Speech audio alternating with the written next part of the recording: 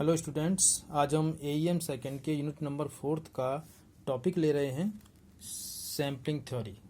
सबसे पहले सैम्पलिंग क्या होता है। A small section related from the population is called a sample. एक छोटा सा पार्ट पॉपुलेशन का वो क्या कहलाता है, सैंपल कहलाता है। The number of individuals included in the sample is known as the size of the sample. जितने उसमें नंबर होते हैं, मेंबर्स होते हैं, वो क्या कहलाते हैं, सैंपल साइज कहलाता है। And the process of selecting a sample from the population is called sampling. और सैंपल को पॉपुलेशन में सेलेक्ट करने का कहलाता है, सैम्पलिंग कहलाता है। A random sample in which each member of the population has an equal chance of being including in it। यानी रैंडम सैंपल वो कहलाता है जिसमें सभी जो मेंबर्स होते हैं उन्हें इक्वल चांस दिया जाता है उसमें रहने का, तो क्या कहलाता है, रैंडम सैंपल कहलाता है। Now the standard error. The standard deviation of the sampling distribution of a statistics is known as its standard error और एसी। यानी स्टैंडर्ड डेविएशन, जो डेविएशन होता है वही जनरली क्या कहलाता है, स्टैंडर्ड डेविएशन ही स्टैंडर्ड एरर कहा जाता है स्टैटिस्टिक्स में, सैम्पलिंग डिस्ट्रीब्यूशन में। The standard error is used to access the difference between expected value and observed value. और ये किसका डिफरेंस होता है, एक्सपेक्टेड वैल्यू और ऑब्जर्व्ड वैल्यू का। यदि sample size and less than 30 है तो सैंपल का कहलाता है, स्मॉल सैंपल कहलाता है। और यदि सैंपल साइज 30 या 30 से ग्रेटर है तो लार्ज सैंपल कहलाता है। इसके बाद होता है नल हाइपोथेसिस। क्या होता है, the null hypothesis is the hypothesis that asserts that there is no difference between the sample statistics and population parameter. यानी हमने सैंपल निकाला है, उसके जो पैरामीटर आ रहे हैं, जो वैल्यूज आ रही हैं, और पॉपुलेशन में जो वैल्यूज आ रही हैं उनमें कोई डिफरेंस नहीं होता, कोई डिफरेंस नहीं होता है, तो वो नल हाइपोथेसिस में आता है। Whatever difference is there, यदि कोई डिफरेंस होता है, is attributable in to sampling error. यदि होता है तो वो क्या कहलाता है, सैम्पलिंग एरर कहलाता है। The null hypothesis is set up in testing a statistical hypothesis only to decide whether to accept और रिजेक्ट द नल हाइपोथेसिस। और स्टैटिस्टिकल हाइपोथेसिस क्या होती है कि जो डिसाइड करती है कि नल हाइपोथेसिस को एक्सेप्ट करना है, रिजेक्ट करना है। नल हाइपोथेसिस किससे नोट किया जाता है, एच नोट से डिनोट किया जाता है। इसके आता है alternative hypothesis. Any hypothesis which is not a null hypothesis is called a alternative hypothesis. It is denoted by H1 और H अल्फा। यदि जो नल हाइपोथेसिस नहीं है तो वो अल्टरनेट हाइपोथेसिस होगी, उसे H1 या H अल्फा से डिनोट किया जाता है।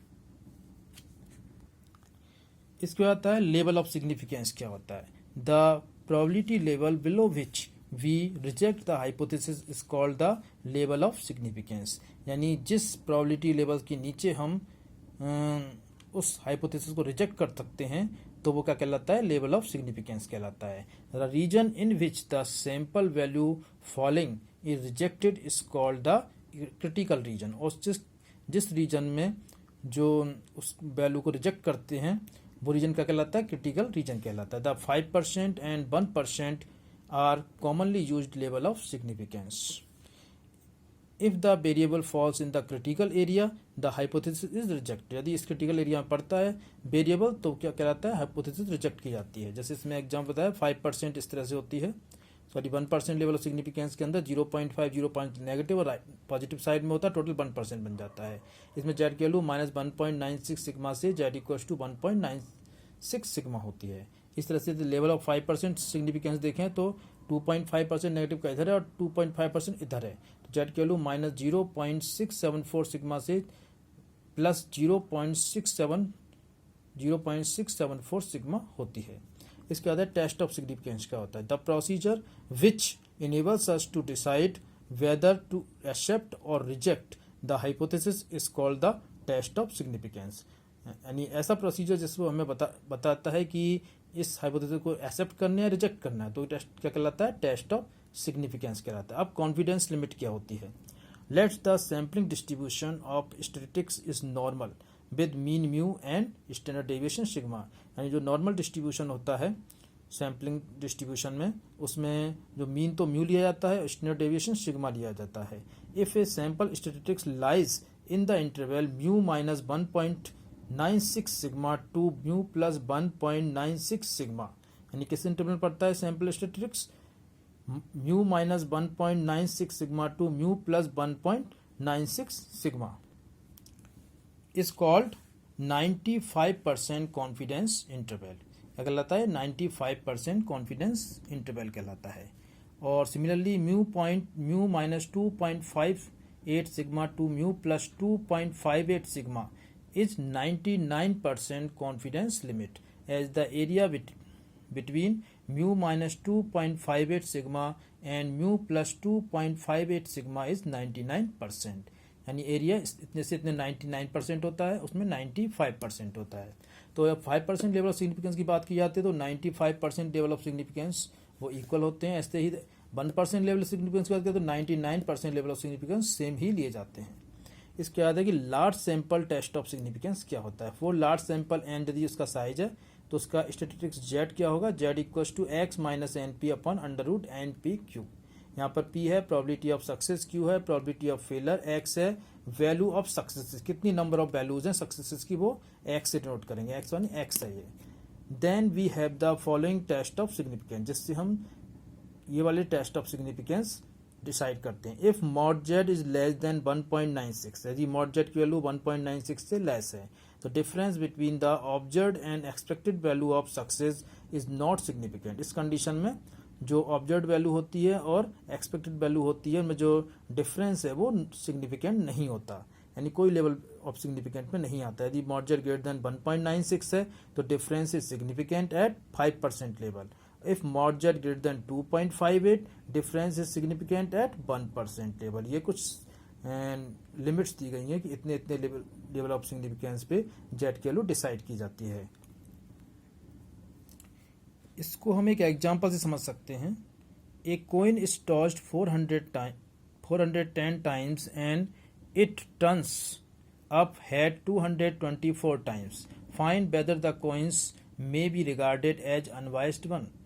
यानी कोइन को टॉस किया जाता है 410 टाइम्स और इसमें हेड कितना आता है? 224 टाइम्स आता है। तो हमें डिसाइड करना है कि क्या जो कोइन होगा वो अनबाइस्ड होगा या बाइस्ड होगा। तो सबसे पहले let x be the number of heads, तो नंबर ऑफ सक्सेसेस या नंबर ऑफ हेड्स को हम एक्स ले रहे हैं, और p be the probability of getting head in a toss, और हेड आने की जो probability success of probability small p या पी से नोट की जाती है। अब एच नॉट क्या है? Coin is unbiased. हमें क्या लेना है? एच नॉट में कोइन अनवाइस्ड होगा। तो सबसे पहले प्रोबेबिलिटी ऑफ सक्सेस पी लिया हमने 1/2 होता है, क्योंकि हेड या टेल आने की प्रोबेबिलिटी ऑलवेज 1/2 होती है। क्यू भी 1/2 होगा। एन है 410, इसमें कितना दे रखा है? एक कॉइन इज टॉस 410 टाइम्स, यानी साइज क्या हो गया? Sample size N equals to 410, X equals to 224, यानी 224 हेड आया है, इसलिए 224 क्या हो गया? एक्स हो गया। जेड क्या हो जाएगा? X minus mu upon under root N P Q. तो X minus N P, mu की वैल्यू लेते हैं यहाँ पे हम एन पी के इक्वल, तो X minus N P upon under root of N P Q. तो 224 माइनस 410 मल्टीप्लाई 1/2, और इस कैलकुलेशन करने के बाद वैल्यू क्या आ जाएगी? 1.876, जो 1.876 less than 1.96। Hence hypothesis is correct and critical value of z at 5% level of significance is minus plus 1.96 and coin may be regarded as unbiased। यानी जो 5% लेवल ऑफ सिग्निफिकेंस में क्या आता है कि जो z की वैल्यू होती है माइनस 1.96 से प्लस 1.96 के बीच में लाइज करनी चाहिए, तो क्या हो जाएगा? वो 5% लेवल ऑफ सिग्निफिकेंस पे कहलाएगा। तो इसमें 1.876 जो क्या है 1.96 से जस्ट लेस वैल्यू है, इसलिए किसके बीच में आती है? माइनस 1.96 से प्लस 1.96 के बीच में, इसलिए एच नॉट इज एक्सेप्टेड, यानी कोई इज अनबायस्ड, इसलिए ये क्वेश्चन सॉल्व होता है इस तरह से।